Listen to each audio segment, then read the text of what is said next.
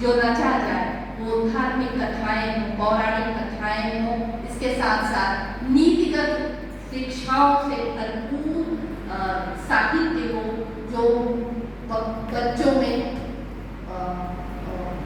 बेहतर जिम्मेदार आगे चल करके उनको नागरिक बना सके। तो प्लेटो की धारणा धार्मिक पुस्तकों, पौराणिक आख्यानों और इसके साथ साथ नीतिगत शिक्षाओं पर ज्यादा फोकस करती है।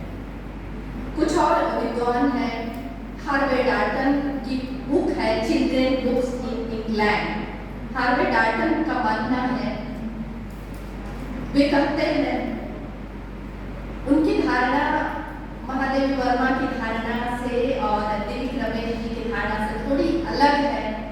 हार्वे डाल्टन का ये मानना है कि बच्चों का साहित्य ऐसा होना चाहिए जो उन्हें आनंद प्रदान कर सके। इसमें शिक्षाप्रद साहित्य और उपयोगी साहित्य की आवश्यकता नहीं है। उनका जो इसी बात में है कि जो उन्हें आनंद, मस्ती, खुशी प्रदान कर सके, ऐसा साहित्य बाल साहित्य है। जाहिर सी बात है कि लोगों का मतभेद हो सकता है, हार्वे डाल्टन की विचार इस परिभाषा से मतभेद हो सकता है कि हम इसमें उपयोगी साहित्य और शिक्षाप्रद साहित्य को क्यों न शामिल करें। तो मैंने आप सबको बताया कि ये शिक्षाप्रद साहित्य और उपयोगी साहित्य जो बच्चों के लिए लिखा गया है वो बाल साहित्य की परिभाषा का ही विस्तार। लोगों की अपनी अलग अलग राय है जो बिल्कुल विपरीत नहीं।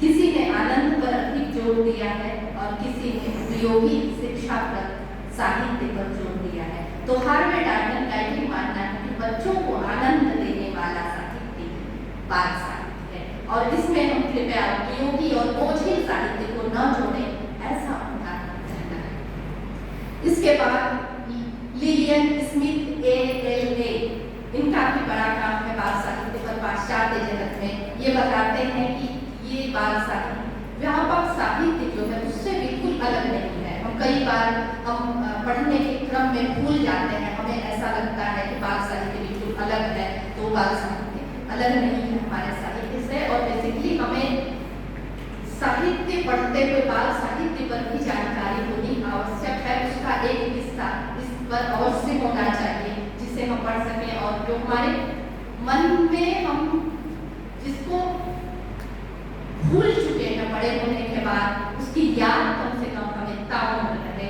इसकी ओर इशारा करते हैं लिलियन स्मिथ ALA।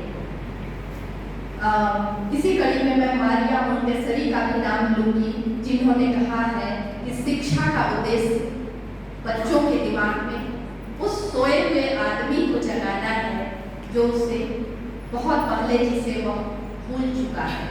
तो बड़े होने के बाद बचपन की वो स्मृतियाँ, बचपन की वो ऊहापोह, छोटी छोटी बातों से परेशान होना हम बड़े होने पर भूल जाते हैं। बड़े होने पर लगता है कि ये तो बड़ी छोटी सी बात है, लेकिन बचपन में वही बातें बहुत बड़ी होती हैं। तो हमें कम से कम अपने बच्चों के लिए समझना चाहिए कि जिस उम्र में हम थे वो हमारे लिए बहुत बड़ी चीज़ थी। बच्चों के हाथ से अगर आप खिलौना छीन ले तो वो तुरंत रोने लग जाता है और देते तो सडनली अगले ही पल वो चुप हो जाता है। तो हमें क्या लगता है कि एक छोटे से खिलौने के लिए होना है, लेकिन ये चीजें हम बचपन में कर चुके होते हैं। जब हम मारिया मोंटेसरी इस बात की ओर जब इशारा करती हैं तब कहती हैं कि बाल साहित्य ऐसा हो जिसका उद्देश्य हो उस सोए हुए आदमी को जगाना जिसे वो बहुत पहले भूल चुका है, इस भागम भाग की जिंदगी में भूल गया है, उसी को जगाना बाल साहित्य का उद्देश्य। यानी बाल साहित्य की का जो रचना विधान हो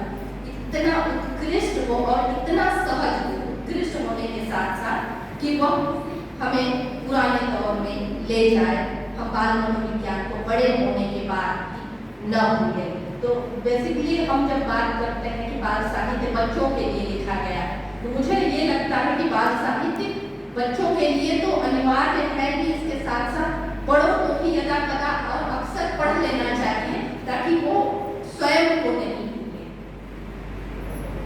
ये महत्वपूर्ण है कि हमें भी हम पढ़ते रहेंगे वो गोल गोल धरती घूमना, अक्कड़ बक्कड़ बम्बे बोल, हमें नहीं भूलना चाहिए क्योंकि हमें अपने बच्चों को गढ़ना है।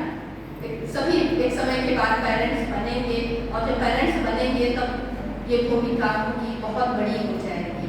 इसलिए हमें वयस्कों को भी बाल साहित्य पढ़ना और समझना चाहिए। अगला नाम पाश्चात्य विद्वान एलिजाबेथ मोस्बी का भी मानना है कि बाल साहित्य ऐसा हो और बाल साहित्य का लेखक ऐसा हो जो वयस्क होने के बाद